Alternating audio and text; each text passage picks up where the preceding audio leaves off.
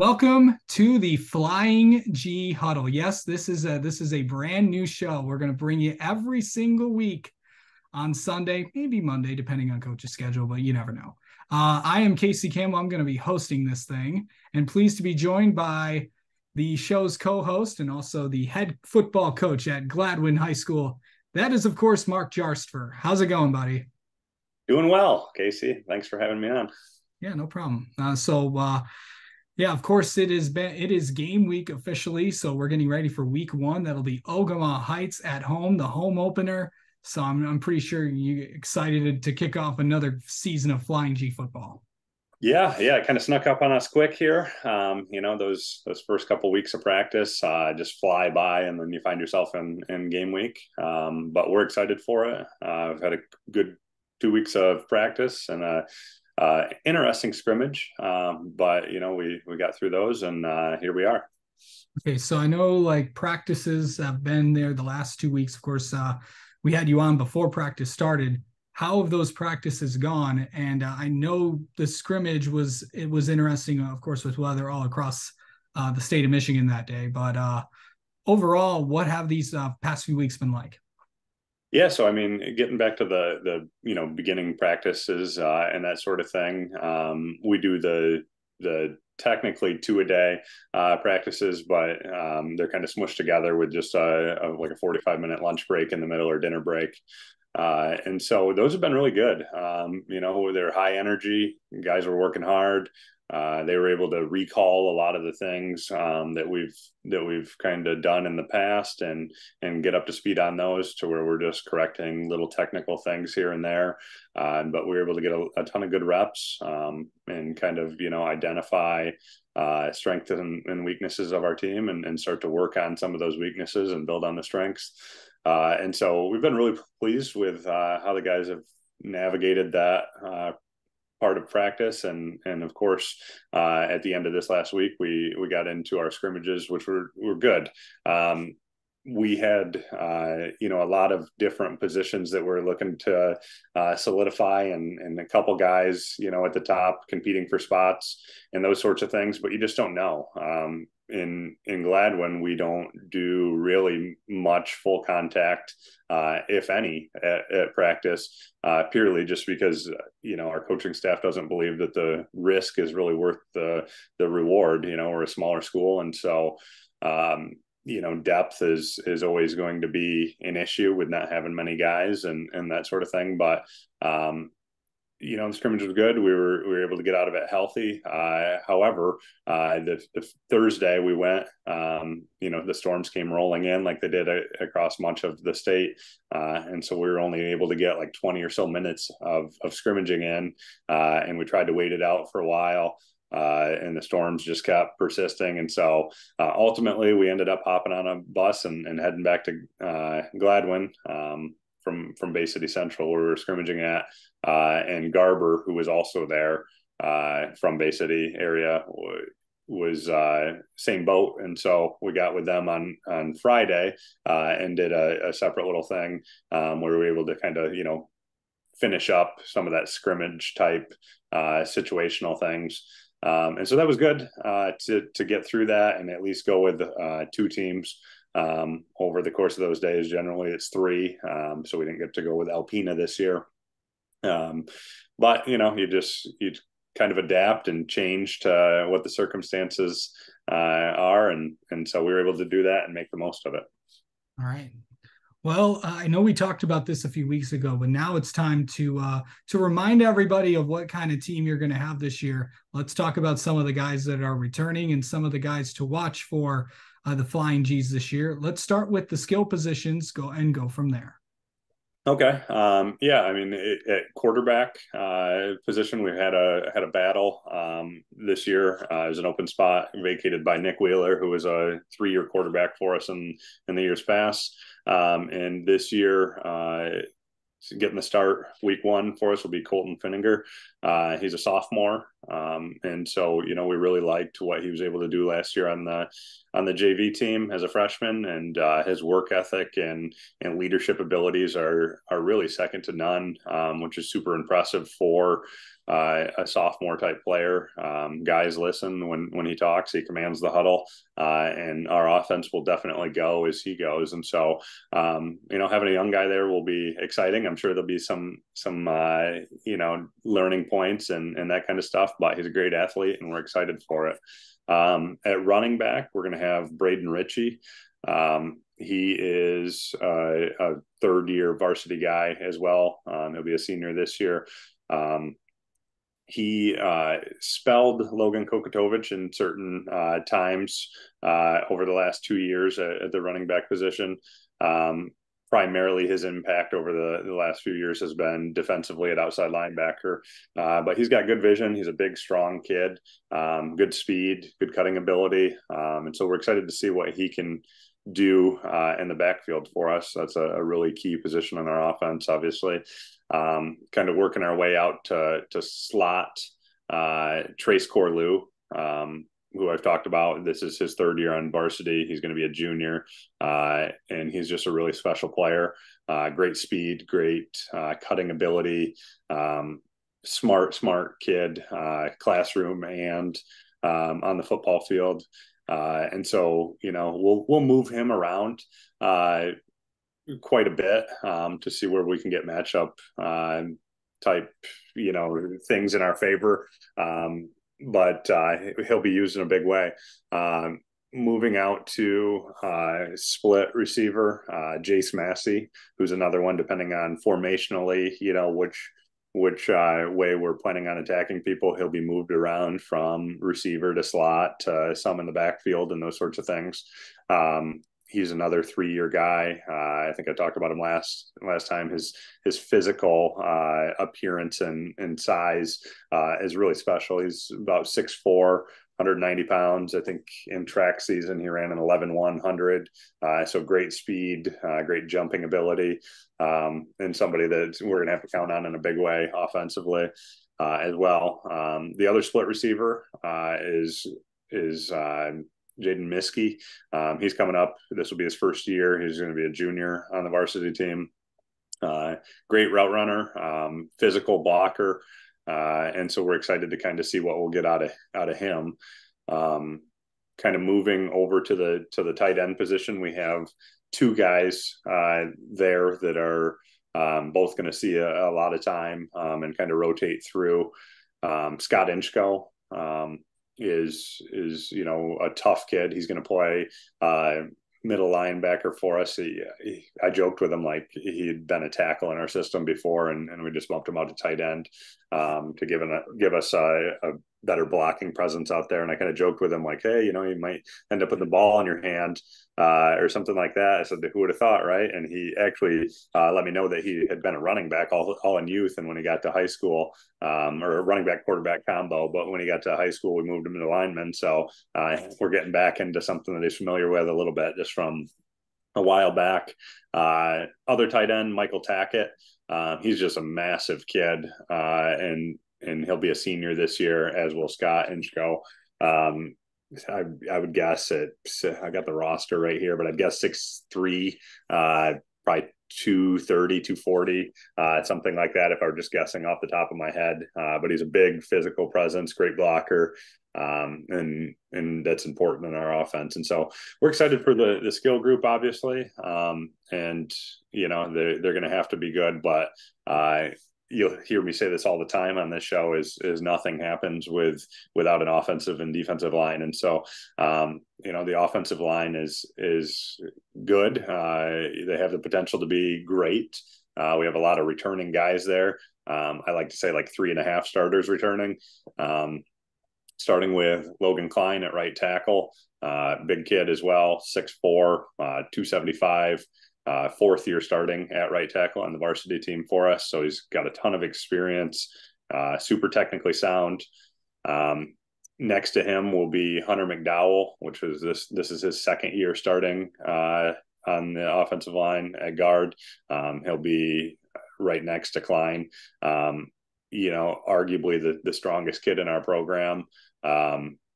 think he had a 600-pound deadlift, and a bunch of other impressive numbers. And he's a good sized kid, really smart, 4.0 student. And so we're excited for him. Kind of working our way across. Donovan Reed is going to be our center this year. First year starter. He's going to be a senior. And he really did a great job this offseason of just improving his strength in the weight room. And I think he's, in top 5 for pretty much all of our lifts. Another big kid, 6 foot, probably 280, if I'm just estimating off the top of my head. And then left guard, Daniel Tackett.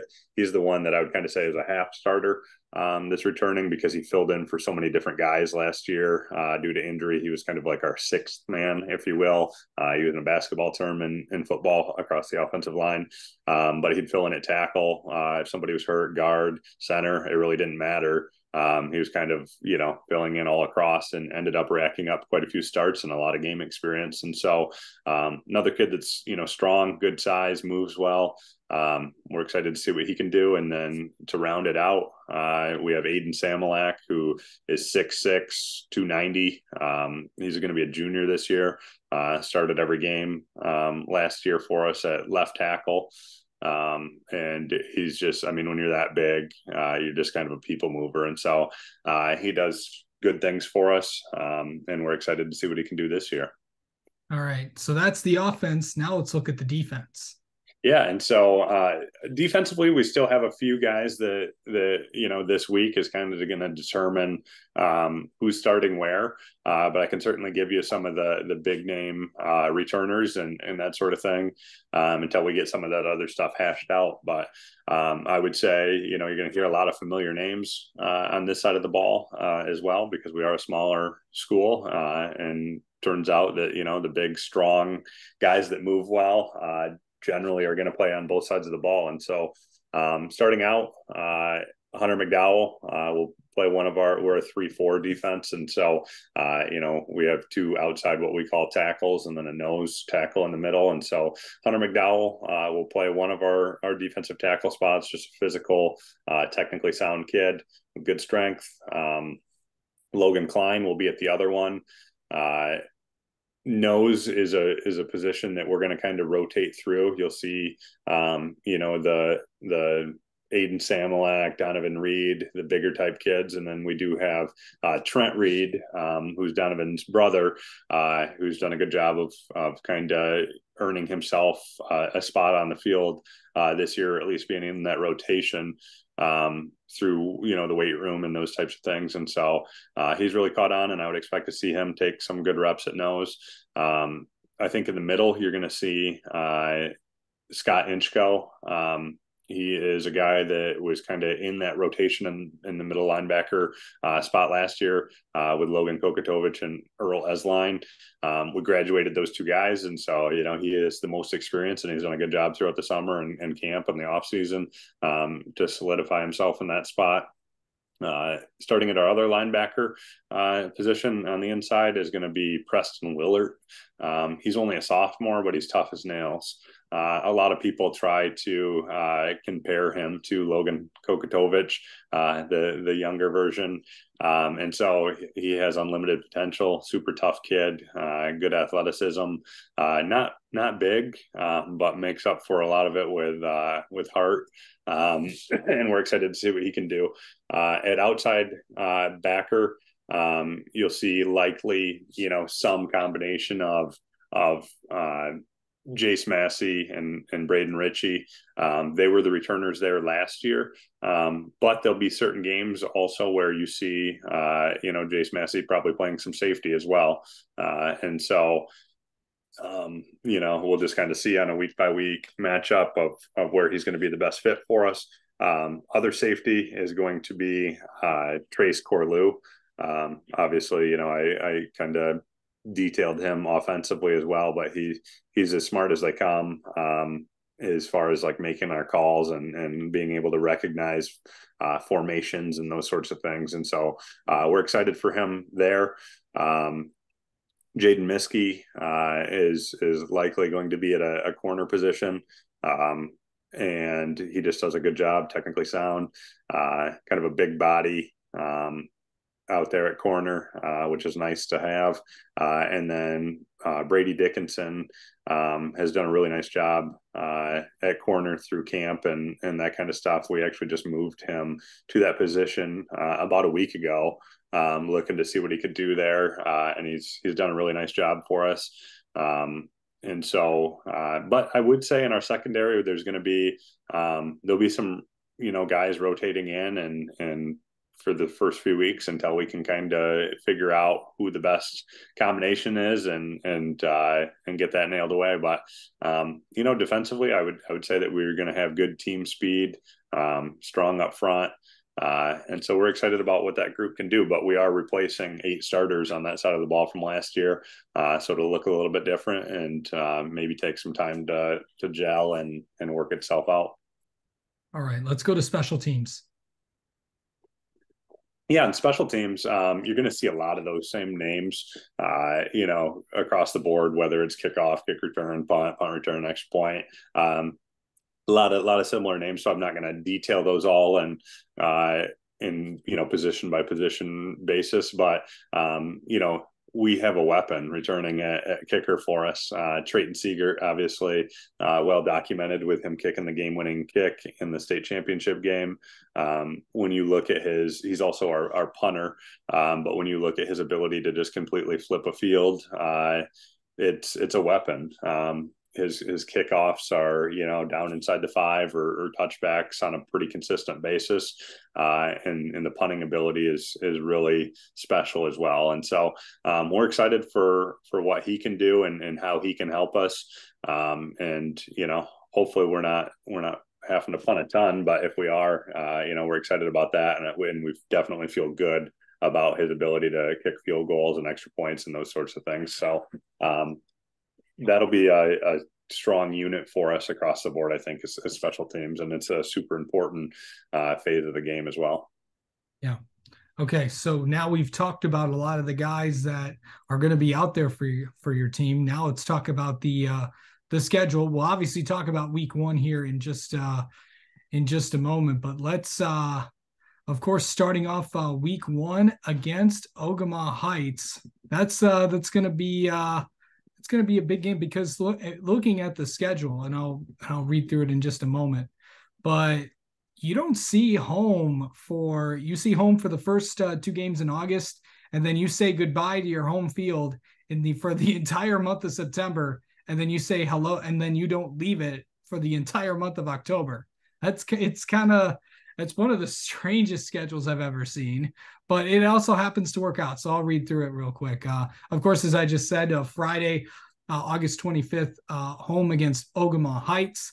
And then August 31st, you'll be home against Harrison. And then, as I mentioned, those 4 games in September, all on the road: at Shepherd on the 8th, at Clare on the 15th.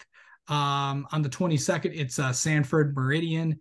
And then on the 29th at Pickening, and then 3 straight home games to finish out the month of October, including Pontiac Notre Dame Prep, week number 7 on the 6th, week 8 on the 13th against Beaverton, and then finishing off the season a rematch of the D5 state championship game on the 20th again, home against Frankenmuth. So a pretty good schedule for sure. We'll get into week 1 in just a moment. But overall, that's a pretty good schedule you guys got there. Yeah, it's definitely unique in the fact of having middle of your schedule would be 4 straight on the road. However, it's just a flip of what we had last year, and so we're playing all the same teams. Obviously, we added Frankenmuth in place of Standish Sterling, but it's all the same teams. Ogemaw, I guess, is different than Chip Hills as well, but as far as the league goes, same team, same order, just flipping the home and away situation. And so last year it was unique in the fact that those 4 games that we're on the road now were all at home, and the rest were on the road. And so I think we finished up playing our regular season home games for the year in September, and then we weren't at home at all in October until we got to the playoffs. And so unique schedule, very tough schedule. There's a lot of really good playoff caliber programs on the docket there. Ogemaw, all of the non-conference are traditionally very strong. Ogemaw, Frankenmuth, and Pontiac Notre Dame Prep, and so those will all be enormous games. And then we had a few playoff teams right in our conference as well with Claire, Shepherd, and Sanford Meridian. And so anytime you can load up, your schedule with 6 playoff teams, and everybody else is obviously fighting to be in the playoffs and in a new season and new hope. It's exciting. It should make for a good watch for fans, locally and across the state with some of those big marquee matchups. Okay, so now let's preview week 1. Ogemaw Heights is coming into town. It's an opponent you had that wasn't on the schedule last year, but what have you kind of figured out about them? Yeah, and so we have some history there. We've played them. I mean, it's a school that's relatively local. They've been on the schedule many times before. We played them during that COVID season as a last minute homecoming game, actually, when we both lost our games that week, and then we ran into them last year in round 1 of the playoffs, and that was as good of a test as we got in the playoffs. They're super physical, super well coached. They play in an extremely tough league, and so they have to be all of those things with the opponents that they have to play week in and week out. And so it'll be a really good challenge for us, a really good test to see where we're at. This early in the season, they have a lot of guys returning. They're physical. They run extremely hard. I know that their running back last year had a pretty good game against us, and he's back again this year. And so, yeah, I mean, it'll make for a true test week 1. And I would imagine that there's going to be a lot of sore guys that wake up on Saturday just from the nature of that game and how physical it'll be. But we're excited. Our guys are excited, and it's a great opportunity for us to get the season started off against a really good opponent. All right. It's definitely going to be another fun season of football for sure. Of course, games start on Thursday with a bunch of them, and then of course Friday is the big day, 7 o'clock at Gladwin High School. So stay tuned for that one. Anything special going on there with game 1? No, I mean, just trying to get back into it. It's kind of crazy. Back in the day, we used to have, a week or 2 of games before school started. And so, it was a little less stressful trying to get things around and organized and those sorts of things. And so, with school starting tomorrow and our first game being on Friday, it will be crunch for time to make sure that we have everything ready to go. But I think that we're in a good spot with it being a home game. It's much better than being on the road and having those stressors. So for our kids, we're hoping that we have a great week of practice and preparation and come ready to go on Friday night. All right. Well, that's going to do it for this episode of the Flying G Huddle. Thank you so much for joining us. For Marc Jarstfer, I'm Casey Campbell. We will talk to you next week on the show.